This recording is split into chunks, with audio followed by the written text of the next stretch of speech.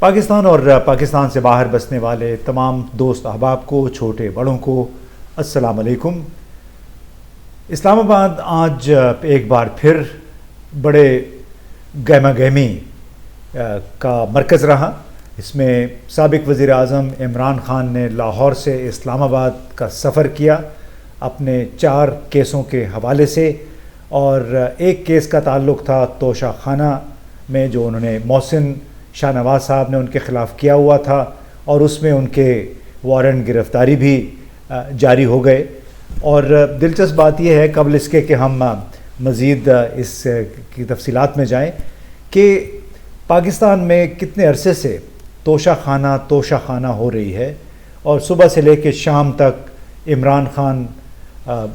وفاقی وزراء کے منہ پہ بھی عمران خان، اور بلکہ اس کو عمران فتنہ اور نامعلوم کیا کیا القابات دے رہے ہیں، اور ٹی وی کی سکرینز پہ بھی عمران خان ہے، نہ چاہتے ہوئے بھی عمران خان سکرین پہ بھی ہے، خبروں میں بھی ہے، اور وفاقی وزراء اور جو حکمران جماعتیں ہیں ان کے بھی بیانات میں بھی عمران خان ہی کا نام ہے۔ دوسری طرف اقتصادی صورتحال اتنی خراب ہو گئی ہے کہ فچ کے بعد موڈیز نے بھی ایک بار پھر پاکستان کی اقتصادی رینکنگ جو ہے وہ CAA1 سے اب CAA3 کر دی ہے، اور اس سے پہلے بھی جو ڈاؤن گریڈنگ ہوئی تھی اس میں آؤٹ لک پاکستان کی اب نہیں دی جا رہی۔ یعنی ایک ایسا ملک ہے جس سے موڈیز اور فچ نے بھی ہاتھ اٹھا لیے ہیں کہ اب ہم اس کے لیے کوئی فور کاسٹ بھی نہیں کر سکتے، کوئی پیش گوئی بھی نہیں کر سکتے کہ اس ملک کی معیشت کس طرف کو جا رہی ہے۔ دوسری طرف دیکھیں تو عمران خان کوئی کم از کم 36 کیسز کا ان کو سامنا ہے لاہور، اسلام آباد اور الیکشن کمیشن میں، اور ایک کیس کا ظاہر تعلق تھا توشہ خانہ سے، جس میں بالآخر بڑی مشکل سے وہ اسلام آباد ہائی کورٹ پہنچے، اور وہاں پہ انہوں نے اپنے لیے گرفتاری سے قبل ضمانت حاصل کر لی، اور وہ 9 مارچ تک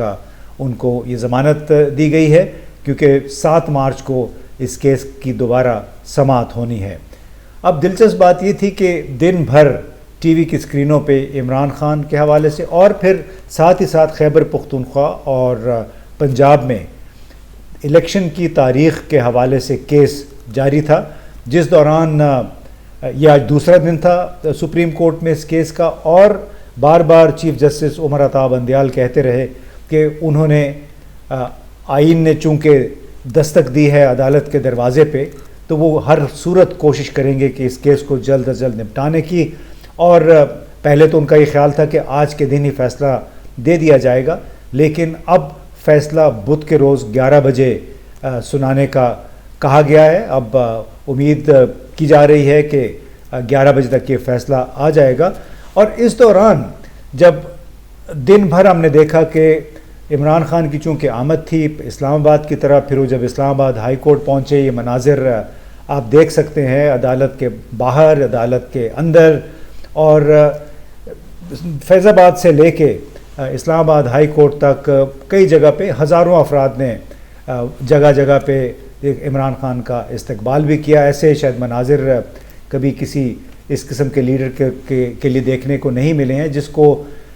کم از کم 36 کیسوں کا سامنا ہے۔ ان پہ غداری کا بھی کیس تھا، ان پہ دہشت گردی کا بھی کیس بنا تھا، لیکن تمام تر کیسوں کے باوجود اب عمران خان نے اپنی ضمانت حاصل کر لی۔ اب اس سے پہلے ایک اور کیس میں بھی ان کی ضمانت ہوئی تھی، تو عملی طور پہ ان کو ایسے کیسوں میں پھنسایا گیا ہے کہ جس کا واحد مقصد یہی نظر آتا ہے کہ کسی نہ کسی کیس میں سابق وزیر اعظم کو نااہل قرار دے دیا جائے، یوں ان کو میدان سے ہٹا دیا جائے۔ لیکن اب سوال یہ ہے کہ کیا عمران خان کو محض قانونی جنگ کے ذریعے میدان سے ہٹایا جا سکتا ہے؟ اس وقت یہ کہنا بہت مشکل ہے۔ اگر آپ دیکھیں کہ جس طرح راجن پور میں PTI کے امیدوار کو فتح حاصل ہوئی 40-45 ہزار ووٹوں کی برتری سے، اور اسی طرح جہاں جہاں عمران خان جا رہے ہیں لوگ ان کے پیچھے پیچھے جاتے ہیں۔ اب اس سے قطع نظر جو کچھ سپریم کورٹ میں ہوا وہ انتہائی دلچسپ تھا۔ وہاں پہ فاروق نائک صاحب، کامران مرتضیٰ جو کہ JUI فضل الرحمان کے لیے کو ریپرزینٹ کر رہے تھے، سلمان اکرم راجہ صاحب صدر مملکت کی نمائندگی کر رہے تھے، پھر منصور اعوان PMLN کے وکیل تھے، اس طرح اور کئی علی ظفر صاحب بھی تھے، اس میں تمام وکلاء نے اپنے اپنے دلائل دیے۔ زیادہ تر دلائل کا فوکس یہی تھا کہ انتخابات چاہے وہ قومی اسمبلی کے ہوں چاہے صوبائی اسمبلیوں کے ہوں 90 دن کے اندر اندر ہو جانے چاہیے۔ چیف جسٹس عمر عطا بندیال بار بار کہہ رہے تھے کہ ہم بھی اسی لیے اکٹھے ہوئے ہیں، محنت کر رہے ہیں کہ اس امر کا تعین کیا جائے کہ انتخابات کی تاریخ آخر کس نے دینی ہے۔ اگر گورنر نہیں دے رہا تو کیا صدر مملکت کا آئین کے تحت اختیار انہیں حاصل ہے یا نہیں؟ اور بار بار انہوں نے اس امر پہ بھی زور دیا کہ ہم کوشش کر رہے ہیں کہ سیاسی تنازعات میں عدالت عظمیٰ مداخلت نہ کرے۔ اس حوالے سے انہوں نے یہ حقائق بھی بتائے کچھ کہ گزشتہ 1.5 سال کے دوران صرف 24 بڑے کیسز نپٹائے ہیں عدالت نے، اور اس سال یہ پہلا از خود نوٹس ہے جو انہوں نے لیا، اور وہ بھی محض اس وجہ سے کہ متعلقہ گورنر یعنی پنجاب اور خیبر پختونخوا کے گورنروں نے اپنے فرائض انجام نہیں دیے، اور وہاں کی جو ہائی کورٹس ہیں اس میں یہ کیسز زیر سماعت ہیں، لیکن 25 دن کم از کم صرف نوٹسوں کے آنے جانے میں لگ گئے ہیں۔ لہٰذا آرٹیکل 224 کے تحت 90 دن کے اندر اندر انتخابات کا انعقاد یقینی بنانے کے لیے سپریم کورٹ نے یہ ہنگامی بنیادوں پہ یہ سماعت کی ہے، اور اس کے لیے فیصلہ ہم جلد از جلد سنائیں گے۔ اور انہوں نے یہ قبول کیا کہ یہ درست ہے کہ سیاسی معاملات میں عدالت کو نہیں آنا چاہیے، لیکن جب اگر تعطل کی صورتحال پیدا ہو جاتی ہے تو آخر پھر آئینی فرائض اور آئینی تقاضے کون پورا کرے گا۔ اور اس موقع پہ سلمان اکرم راجہ صاحب نے یہ کہا کہ آئین کے تحت صدر مملکت کو انتخابات کی تاریخ دینے کا اختیار بالکل حاصل ہے، اور جسٹس منصور علی شاہ نے ایک اچھی بات کہی، بڑی سب کے لیے ایک لمحہ فکریہ تھا۔ انہوں نے کہا کہ چونکہ تمام وکلاء بار بار تکنیکی ایشوز پہ آ رہے تھے جو کہ حکمران جماعتوں کے نمائندہ وکلاء تھے، اس میں ظاہر ہے فاروق نائک صاحب بھی شامل تھے، PMLN کے وکیل بھی شامل تھے، وہ بار بار تکنیکی امور کی طرف آ رہے تھے کہ آئین میں یہ لکھا ہے، آئین میں وہ لکھا ہے۔ تو جسٹس منصور علی شاہ نے ایک موقع پر یہ کہا کہ قانونی باتوں کو ایک طرف رکھ کر پاکستان کا بھی تو کچھ سوچیں، اور وہ بالکل درست بات تھی کہ جب اگر نیتیں صاف ہوں تو پھر قانونی نکات، قانونی تقاضے ایک لحاظ سے ثانوی ہو جاتے ہیں اس صورت میں جب تمام سیاسی سٹیک ہولڈرز، تمام سیاسی جماعتیں مل بیٹھ کے پارلیمان کے اندر یا باہر کسی ایک بات پہ متفق ہو کے عدالت کو کنوے کر دے کہ ہم اس بات پہ متفق ہوئے ہیں تمام سیاسی جماعتیں، لہٰذا ہماری بات سنی جائے، تو کوئی وجہ نہیں ہے کہ عدالت وہ بات نہ سنے۔ لیکن یہاں پہ معاملہ کچھ ایسا ہے کہ جس پہ اتفاق رائے نہیں ہو پا رہا تھا۔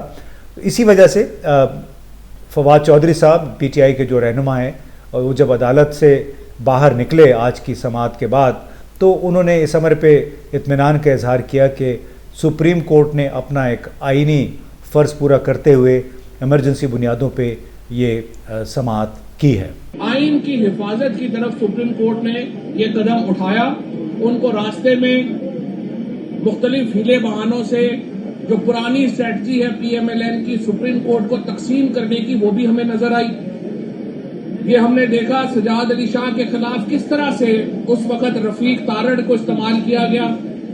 اور رفیق تارڑ کو استعمال کر کے سپریم کورٹ کو تقسیم کیا گیا۔ آج پھر نون لیگ اسی پالیسی کے اوپر کاربند نظر آتی ہے جہاں پہ وہ ججوں کو تقسیم کر کے اپنے مقاصد حاصل کرنا چاہتی ہے، اور اب یہ باقی سپریم کورٹ کے ججوں کے اوپر ہے کہ وہ تقسیم کا حصہ بنتے ہیں یا آئین کے تحفظ کے لیے اکٹھے ہوتے ہیں۔ تو جناب یہ دن بھر اسلام آباد میں جو کچھ ہوا اس سے ایک بات واضح ہوئی کہ ایک طرف سپریم کورٹ جلد از جلد اس امر کا تعین کرنا چاہتی ہے کہ انتخابات کے لیے تاریخ دینا کس کا اختیار ہے، اور دوسری طرف یہ بھی واضح ہو رہا ہے کہ حکمران جماعتیں انتخابات کے انعقاد میں دلچسپی نہیں رکھتی ہیں، اور انہوں نے ہیلے بہانوں سے پھر جوڈیشل کمپلیکس پہ ایک حملہ بھی ہوا، وہاں ہڑبونگ بھی مچ گئی، اس میں وہاں کا دروازہ بھی ٹوٹ گیا، تو رانا ثناء اللہ صاحب نے انتہائی دھمکی آمیز انداز میں کہا کہ ان کے اوپر دہشت گردی کے الزام میں کیسز بنائے جائیں گے جو لوگ بھی اس میں ملوث ہوئے، اور اس کا مطلب یہ تھا کہ وہ سب کو ایک بار پھر ڈرا رہے تھے، اور اس سے یہ لگتا ہے کہ حکومت ایک انتخابات میں نہیں جانا چاہتی۔ شاید ان کو اندازہ ہے کہ زیادہ تر جو حکمران جماعتیں ہیں ان کے ساتھ کیا ہوگا۔ آج کی سپریم کورٹ کی ہیئرنگ کے دوران ایک انتہائی دلچسپ فقرہ چیف جسٹس عمر عطا بندیال نے کہا، اور وہ یہ تھا کہ اگر انتخابات نہیں ہوتے تو پھر اس ملک میں سیاسی استحکام نہیں آ سکتا۔ مور اور لیس کچھ اس انداز میں انہوں نے یہ بات کی، اور ان کا ایک بڑا واضح اشارہ تھا جو 5 رکنی بینچ کے ہیڈ کے طور پہ انہوں نے کہا کہ اگر بر وقت الیکشن نہ ہوئے تو پھر اس ملک میں استحکام بھی نہیں آ سکتا، اور ہم سب کو معلوم ہے کہ جب تک اس ملک کا سیاسی استحکام نہیں ہوگا اس وقت تک معیشت کو سنبھالا دینے کی بھی کوئی صورت نہیں پیدا ہو سکے گی۔ اس وقت جو اقتصادی بحران چل رہا ہے وہ بھی مزید گہرا ہوتا چلا جائے گا۔ تو اب دیکھنا یہ ہے کہ سپریم کورٹ پنجاب اور خیبر پختونخوا کی اسمبلیوں کی تاریخ دینے کے اختیار کے حوالے سے فیصلہ کیا کرتی ہے۔